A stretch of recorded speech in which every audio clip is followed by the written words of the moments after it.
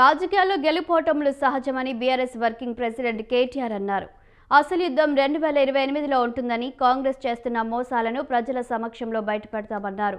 కల్వకుర్తి నియోజకవర్గానికి చెందిన పలువురు బీఆర్ఎస్లో చేరారు. 420 హామీలను కాంగ్రెస్ నాయకులు తుంగలో తొక్కారని కేటీఆర్ విమర్శించారు. రేవంత్ సర్కార్ మోసాలను ఇప్పటికే ప్రజలు గమనించారన్న ఆయన, వచ్చే అసెంబ్లీ ఎన్నికల్లో బీఆర్ఎస్ గెలుపు ఖాయమని, కేసీఆర్ మళ్లీ ముఖ్యమంత్రి అవుతారని తెలిపారు. కాళేశ్వరం అనే ప్రాజెక్టు గోదావరి మీద, అట్లాగే ఇక్కడ పాలమూరు రంగారెడ్డి ఎత్తిపోతల పథకం అనేది మనకు కృష్ణానది మీద కట్టింది కేసీఆర్ గారు. కాళేశ్వరం ఏమో మొత్తం పూర్తయింది. సరే, పాలమూరు రంగారెడ్డి ఎత్తిపోతల పథకం 90% పూర్తయింది. అందులో భాగంగానే కట్టిన రిజర్వాయర్లు నార్లాపూర్ కానీ, ఏదుల కానీ, కరివెన కానీ, వట్టెం కానీ, ఉద్దండాపూర్ కానీ, ఇవన్నీ కూడా రిజర్వాయర్లు, గొలుసుకట్టు రిజర్వాయర్లు మీ జిల్లాలోనే, మీ ఉమ్మడి పాలమూరు జిల్లాలోనే కేసీఆర్ గారు 90% పని పూర్తి చేసి, ఆఖరికి ఒక పంపు కూడా ఆన్ చేసి, మీకు గుర్తుండాల ఎలక్షన్లకు ముందే ఒక పంపు కూడా చాలు చేసి నీళ్లు కూడా చూపెట్టిండు కేసీఆర్ గారు. కానీ సరే, ఇప్పుడు ఈ రేవంత్ రెడ్డి గారి ప్రభుత్వం వచ్చినాక, కాంగ్రెస్ ప్రభుత్వం వచ్చినాక పాలమూరు బిడ్డలని చెప్పుకోవడం, మామగారి పేరు ప్రాజెక్టు పెట్టుకోవడం తప్ప ఇప్పటి వరకు సుక్క నీరిచ్చింది లేదు. ఆ 10% మిగిలిపోయిన పనిని కూడా చేసే ప్రయత్నం కూడా చేస్తలేడు. మొత్తం కాళేశ్వరం ప్రాజెక్టుకి అయిన ఖర్చే 93,000 కోట్లు. కానీ రాహుల్ గాంధీ వస్తాడు ఢిల్లీకి వెళ్ళి 1,00,000 కోట్ల కుంభకోణం అంటాడు. మనకు అర్థం కాదు, ఏమయ్యా ఖర్చు అయిందే 93,000 కోట్లు, అన్న నీళ్లు రానేవట్టే, గిని కనబడనేవట్టే, సొరంగాలు కనబడుతున్నాయి, పైప్ లైన్లు కనబడుతున్నాయి, కాలువలు కనబడుతున్నాయి, సబ్స్టేషన్లు కనబడుతున్నాయి. అది ప్రపంచంలోనే అతిపెద్ద లిఫ్ట్ ఇరిగేషన్ ప్రాజెక్టు. మరి ఇక 1,00,000 కోట్ల కుంభకోణం అంటే ఎట్లా? ఇది కూడా అడగడు, నమ్ముడే. 1,00,000 కోట్ల కుంభకోణం, 1,00,000 కోట్ల కుంభకోణం అని 1,00,000 గొంతులు వేసుకొని ఉర్రాలి, నమ్మాలి. ఇప్పుడు రైతు బంధు మంచిగా టింగు అని పడుతుంటేనేమో విలువ తెలియలే. ఓ 2 సార్లు ఎగ్గొట్టే వరకు అప్పుడు యాద్ చేసుకున్నారు కేసీఆర్. అరే వీడు దుర్మార్గుడు ఉన్నాడు, వీడు పెంచుతానాడు, పెంచలేదు, పెంచకపోగా ఎగ్గొట్టిండు.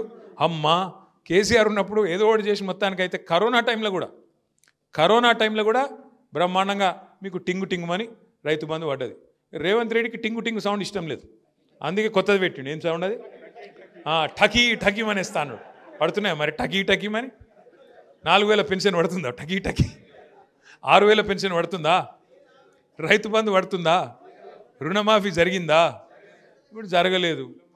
1 కాదు 2 కాదు 420 హామీలు, ఇష్టం వచ్చిన మాటలు. ఏం చేసినారో అబ్బాయి అంటే ఒకటే చెప్తాడు, ఫ్రీ బస్ పెట్టినా అంటాడు. మహిళలకు ఫ్రీ అట, భర్తకు డబల్ అట. అది ఫ్రీ ఎట్లయితుంది అని అక్కడ కాదు, పిచ్చోళ్ళని చేసుడు తప్ప మనకు. పిల్లలకేమో మళ్ళీ బస్ పాస్ రేట్ పెంచిండు, మగవాళ్ళకు డబుల్ టికెట్, నీకు మహిళలకు ఫ్రీ. ఇక ఫ్రీ ఎట్లయితుంది నువ్వు చెప్పు, నాకు తెలియక అడుగుతా. అంటే కుడి చేత్తో నిచ్చుడు, ఎడమ చేత్తో గుంజుకునుడు, అది ఫ్రీ ఎట్లయితుంది? ఇక ఇదొక్క మోసం తప్ప ఇంకేమైనా చేసిర్రా? దయచేసి మీరు ఆలోచించండి. గ్యాస్ వచ్చిందా? అలే 200 యూనిట్లు ఫ్రీ అన్నాడు. కొంతమందికి వచ్చింటుంది, కొంతమందికి రాలే. ఏ ఒక్కటన్నా పరిపూర్ణంగా చేసిండ్రా 2 ఏళ్లలో? ఎలక్షన్ల ముంగట ఏం చెప్పిండు? 42% రిజర్వేషన్ ఇస్తా.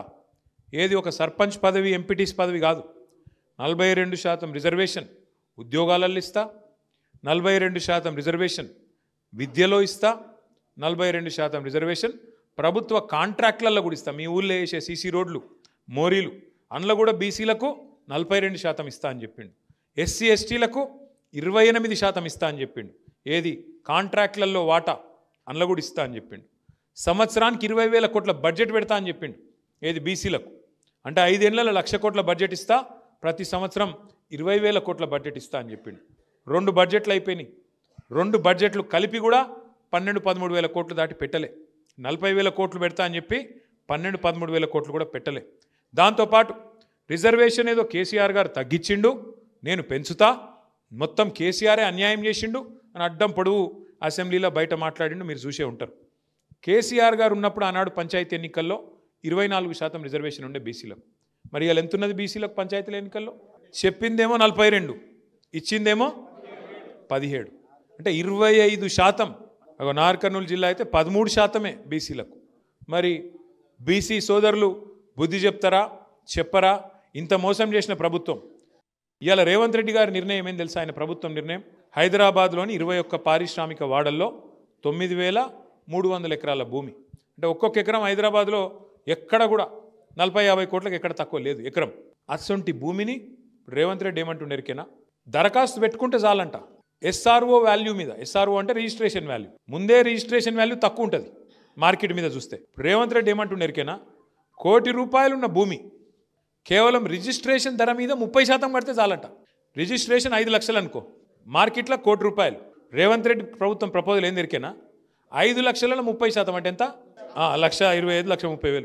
₹1,30,000 కడితే శాశ్వతంగా ₹1,00,00,000 భూమి నువ్వు తీసుకో, అపార్ట్మెంట్లు కట్టుకో, ఏమైనా చేసుకో అంటుండు. ఇది దోపిడీ కాదా?